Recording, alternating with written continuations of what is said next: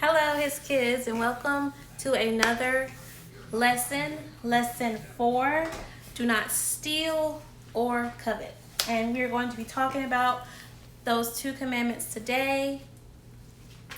And we're going to go over a few things first, and then we're going to jump right into our Bible words. Okay, so the king in today's Bible story didn't pick up on any warning signs before he went too far.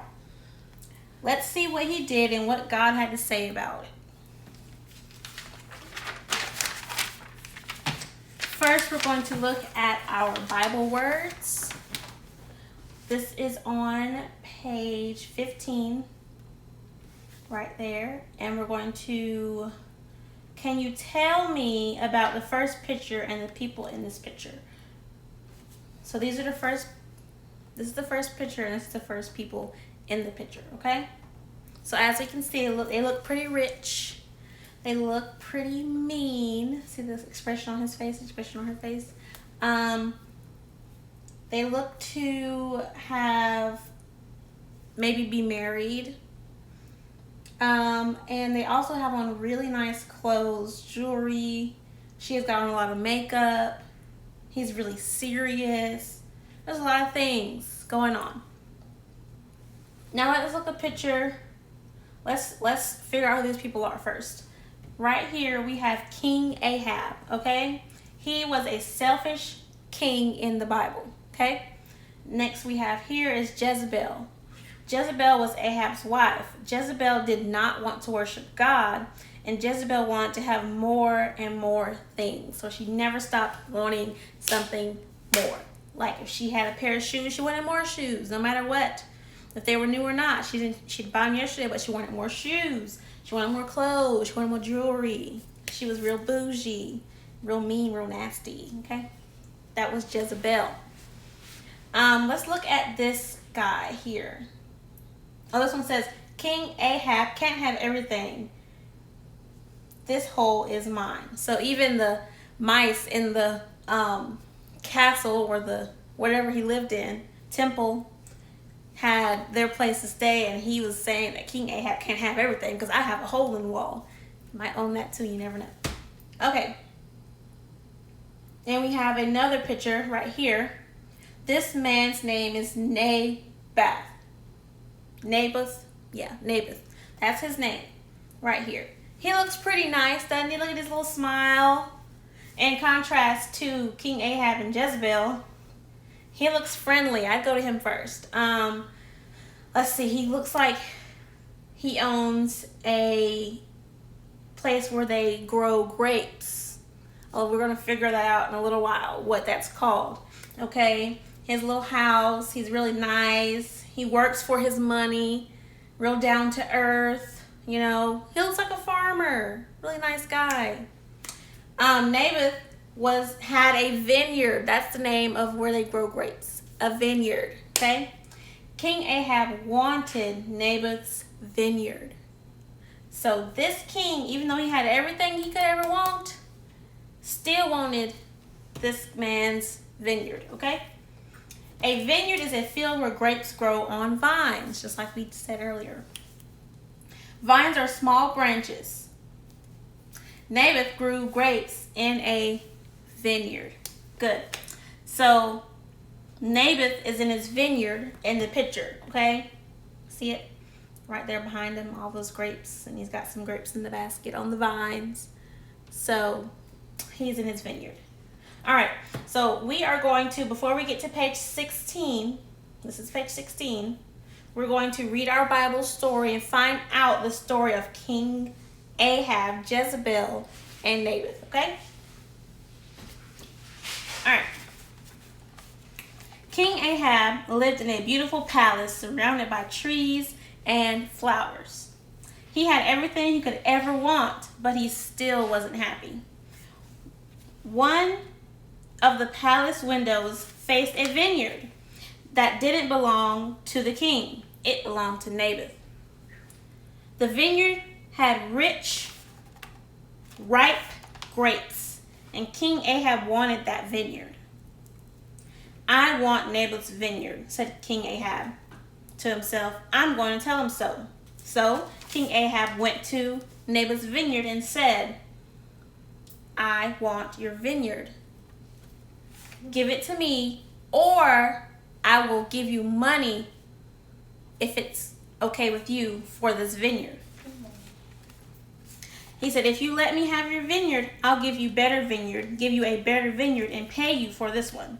King Ahab told Naboth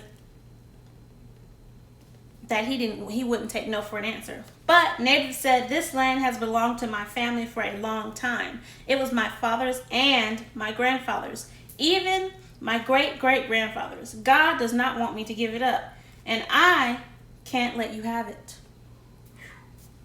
So the king was very angry. He wasn't used to people saying no to him about anything. How could Naboth refuse to give him the land he wanted? King Ahab went home and threw himself on his bed to pout. Wow, the king's having a temper tantrum. He even refused to eat. When Queen Jezebel heard that the king was refusing to eat, she went to see him. What's the matter with you? She said. Why you won't eat? The king said, because I want Naboth's vineyard, but he won't give it to me. This isn't the way the king is supposed to act. Queen Jezebel said, get up and eat, and I'll get that vineyard for you. So Queen Jezebel did a terrible thing. She wrote a letter to the elders of the city. She asked the leaders to find 2 men who would say that Naboth had done something wrong so that they could have him put to death. Naboth is dead, Queen Jezebel told King Ahab. Now the vineyard is yours. King Ahab was so happy he went right out to look at his new vineyard. But God was angry. God sent his prophet Elijah with a message for the king. It is wrong to kill and steal. Elijah told King Ahab, God will punish you. King Ahab was sorry then because he got caught. But it was too late. Nothing could change the terrible wrong he had done because he wanted something that didn't belong to him. King Ahab and Queen Jezebel's story has a very sad ending. So, that was sad, yes. But first, King Ahab, as pictured here, went to Naboth, as seen here, and he asked him, give me your vineyard, I'll pay you for this land.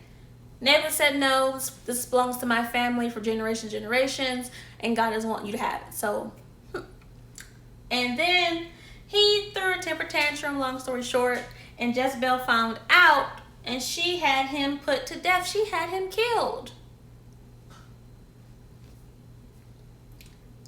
And then she said, now the vineyard is yours. So basically, Ahab wanted something that he couldn't have. And Queen Jezebel got it. She stole it because she had him put to death. Okay? Stole it from Naboth and his family, had him put to death, and now the vineyard belongs to the king. And in the end, because God didn't want Naboth to give up the vineyard or to give it to King Ahab and Jezebel were punished by God, which is very scary. Okay, so 2 things happened. They did 2 things in the story that were wrong. First, Ahab wanted something that wasn't his, okay, which is called coveting. Okay, that is wanting something that is not theirs, that you cannot get without doing something horrible. Okay, and Jezebel stole it because she had him killed and took it. So that's called stealing. So there's coveting in the story and stealing. All of these. Now we're going to move on right along to page 16. It has a picture of a bunch of kids. First, we're going to read this up here. It says God's commandments. You shall not murder. You shall not steal. You shall not give false testimony against your neighbor, which is lying. And you shall not covet, which is what Ahab did. That's what I said. That's what King Ahab did. He coveted. Now, we're going to read this together. And all of these commandments were disobeyed by someone in today's story. Before we tell who it was, let's make sure we know what each commandment means. So, 1, 2, 3, 4. All of them commandments were broken in the story. So, you should not murder. Murder is to kill someone without a reason. So, like, you walk down the street, shoot somebody, and they dead. That's murder. Okay? You should not steal. That's like going in a store and taking something that's not yours, going to somebody's house and taking something that's not yours. That's called stealing. You should not give false testimony against thy neighbor. So if you say that your brother kicked you in your leg and he really didn't do it, that's called false testimony, lying. Okay? You should not covet. It's wanting something that's not yours. Okay? If your sister has a baby doll and you want that baby doll, I mean, it's not okay. You can get your own, but you want hers. It's going to make her feel bad. We shouldn't do that. Now, all that was done in the Bible story, okay? You should not murder. Jezebel had Naboth killed. You should not steal. They stole Naboth's vineyard from him after they killed him. You should not give false testimony against your neighbor. Jezebel had some men lie about Naboth and say he did bad things so that he can be put to death. Because she was queen, she can do what she wants. It's like a game of chess. You should not covet. King Ahab wanted that vineyard, but he couldn't have it. Boom. Now, we're going to look at this right here. 4 of these children are each disobeying one of these commandments, okay? So out of all these children, 4 of them are disobeying God's commandments. So I want you guys to look at this page and figure out who is disobeying God's commandments. So I'm going to read the speech bubbles to you, and you're going to mark the ones that are disobeying with an X, and then mark the ones that are obeying God's commandments with a check, okay? X is wrong, check is correct. Now, let's read this together. You're mean. I wish you were dead. The next one says, you're mean too, but I will ask God to help us both be nicer. May I have some grapes? Right here. The next one says, Sarah can't see me. I'll just take some of her grapes. See her hands in that little grape? You see that? She's slick. Okay. The next one. Whose lamb is this? This little girl says, it's not mine, but I want it. It belongs to Sarah, but I'll say it's mine. That is Sarah's lamb. I'll take it to her. Wow, these kids have to get each other. Okay, so what I want you guys to do is find out which child is doing the right thing by obeying God's commandments that we have listed at the top of the page, and which child is doing what's not right, which is wrong, and disobeying God's commandments that we have at the top of the page right there. Okay, so I'm going to move on to the next one, and y'all have time to answer that. We're going to quickly but slowly go over our Bible verse, our memory verse, and our sign language to go along with it to help us memorize it. Okay? And it is literally 4 words. So y'all should not have a problem remembering this verse. It says, you shall not steal. Exodus chapter 20, verse 15. Now, we all know what the sign is for you because we go over it a whole lot in our Bible lesson. So the sign for you is this. You, it's the same for he, she, they, that, it's the same thing. So you, and the sign for shall not is basically one sign, shall not. And shake your head like that. shall not. Okay?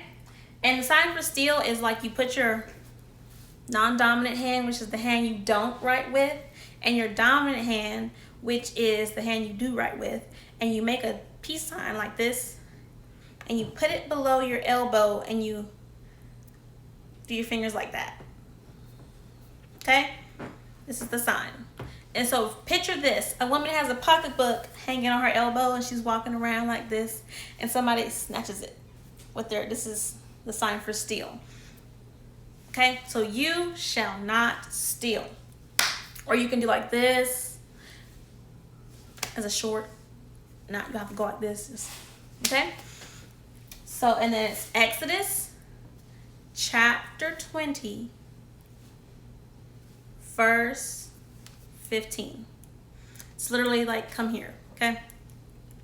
So Exodus chapter 20, verse 15. All right? We'll go back over it in a few moments. We're going to go over the next page. I'm going to ask you guys a couple of questions first, and then we'll go over the next page. So, is it wrong? Is it always wrong to want something that you don't have? What do you guys think? Well, I think it's not wrong if it's something that's good for you that you can get without harming anyone else. It's also not wrong if you don't dwell on it and become unhappy by not getting it. Like if Sarah has a pair of shoes that I want, and I'm dwelling on them, man, I want those shoes, I want those shoes, I want those shoes, I'm gonna steal them, or I gotta do anything I can get, anything I can do to get those shoes from her, and I dwell on it and be unhappy because I don't have it. But if I say I want those shoes, I start saving my money up, and then I go buy the shoes for myself, that's okay.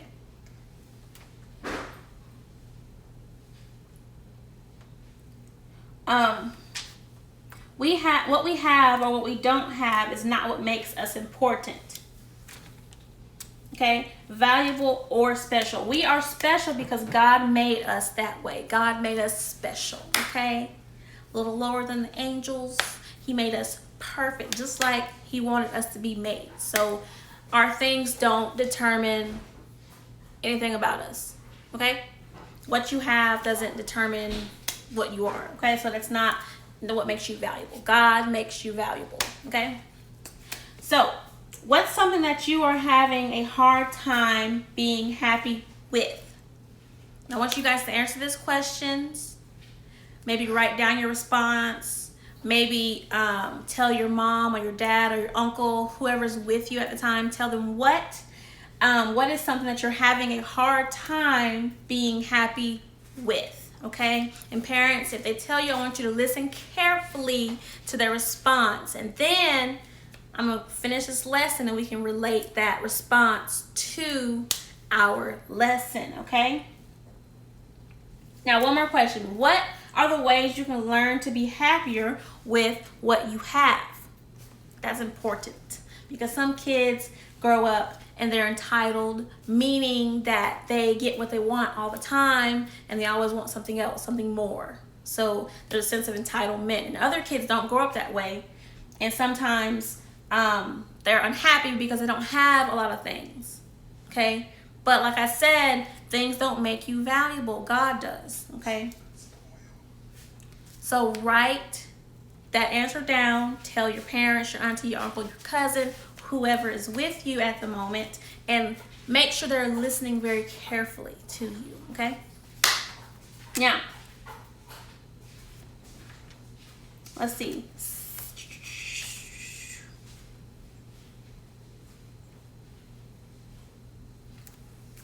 So a lot of those things parents can include looking at stuff and wishing it was theirs.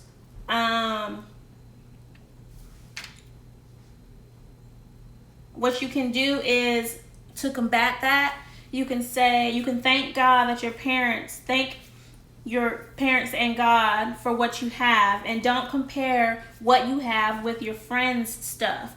And also be grateful for your family and thank God for them.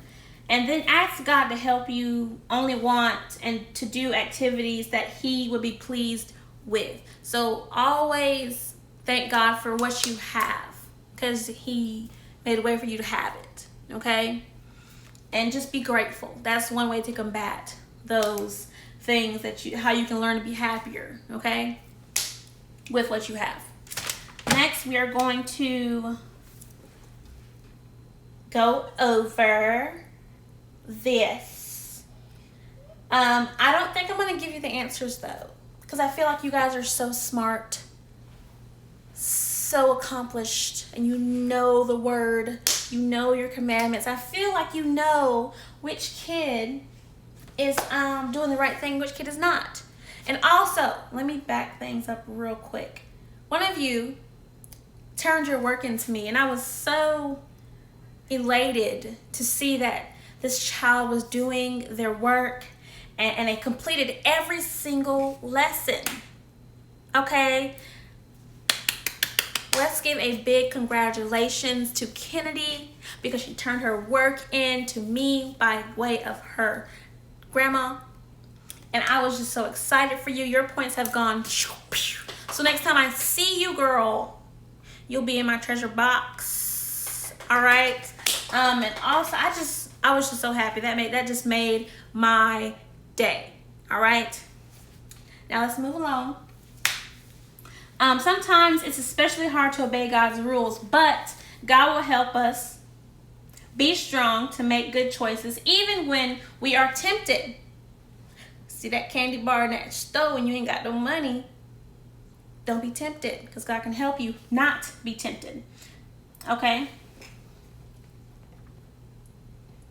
If you pray to God and you know you don't have money, you won't steal from somebody or steal something that's not yours. You know, He'll help you be grateful for what you have. Maybe somebody else, maybe He might bless you and have your mom work on your mom so that she can buy you that candy bar. You know what I'm saying? You never know. We're going to go over this page here. What's it? Right here. Okay? It is page 18. Doop, doop, doop. Let's look at some times when it might be difficult to obey God and make good choices. Okay? Because it's all up to you to make good choices. All right? Okay. If I see something I want at the store, we're going to check the right answers, children, not the wrong ones, okay? If I see something at the store, I will A, take it when no one is looking. B, save my money so I can buy it later. C, cry until my parents buy it for me. Or D, I will, whatever that is there.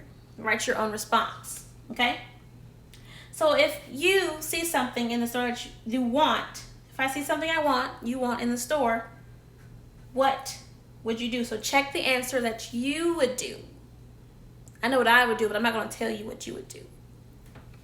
Next, if I see money at home and want to buy something, I will A, take the money to buy what I want.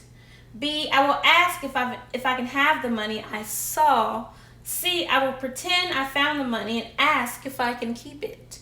Or D, I will, whatever your response is, if it's different from A, B, or C. Once again, mark with you what you would do, because I know what I would do, but I won't tell you what to do. And the last one, if a friend gets something I wanted to have, I will be angry and not play with that friend anymore. B, I will ask my friend if I can play with it. C, I will ask God to help me be happy for my friend. Or D, I will, whatever your response is. Okay? Choose what you would do. I cannot tell you what to do. I know what I would do, but you choose what you would do. Okay? Now we're going to go over page 17. It's our pictures. Which commandments didn't they obey? So what you're going to do is you see it says A, B, C, D.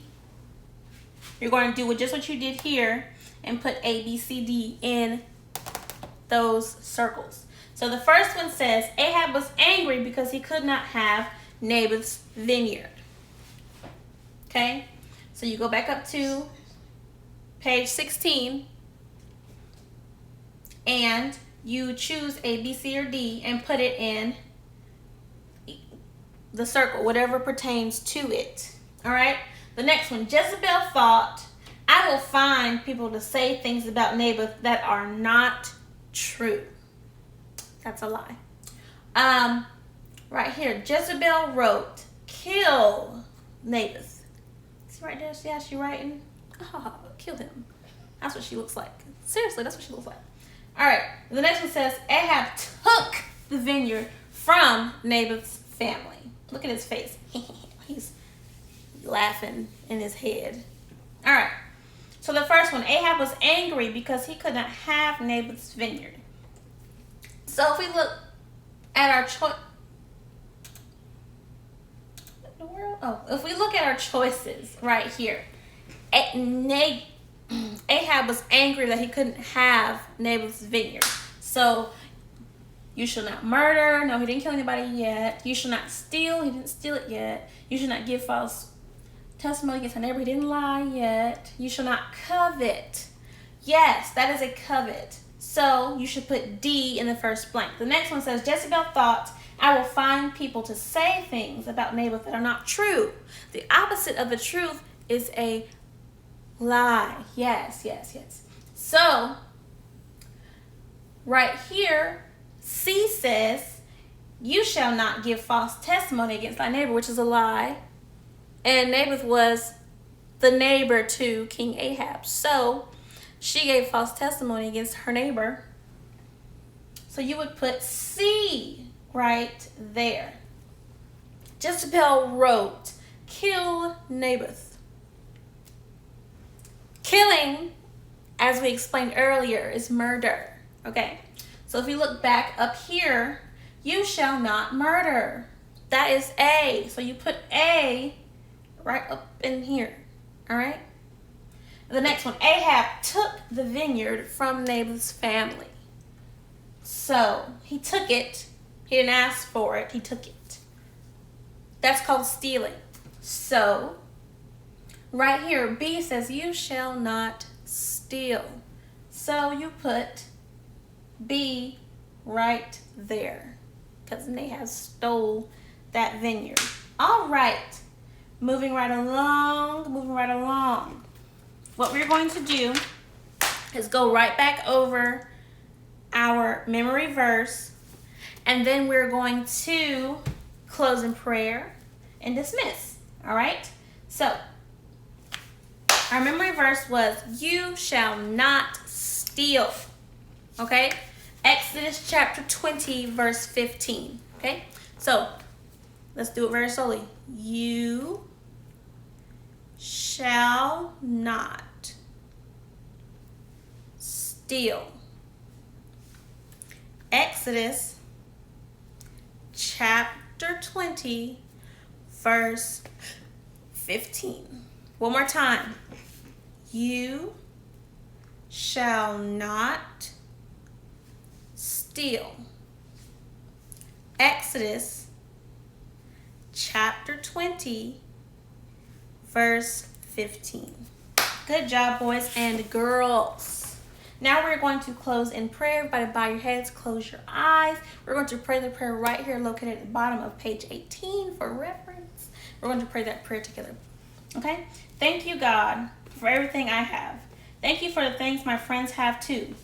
And help us learn to obey your commandments, oh God, and help us to realize that obeying your commandments is a good thing. In Jesus' name, amen. I want to thank you all for joining us.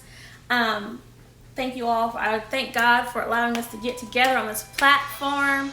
And I just want you guys to know that this is my heart, and I really enjoy teaching these lessons to my kids. Bible said I love them so much. Once again, thank you all for tuning in, and I will see you guys next week for lesson 5, which is tell the truth and live right. It's just tell the truth, but I like saying that whole thing. Also, if you guys do send your scriptures in via video, comment below in this video, and you will get a $5 McDonald's gift card, okay? So 2 of those is what? 10. So you can have $10 whole if you do 2 scriptures. So I'm just saying, I still got gift cards to give out. And also, Kennedy, don't forget that you can come get in my treasure box. If I'm not there, go to Alicia and she will let you in. Thank you for submitting your work to me. I was so happy. Congratulations. Good job. Good work. Every one of the answers was correct. You go, girl. Anyway, I will see you guys next week for lesson 5, which I did give to your parents, and I sent out the email Sunday night. Okay, so everybody should have their electronic copy and their paper copy and/or. So I will see you guys next week for lesson 5 on Tell the Truth. Bye.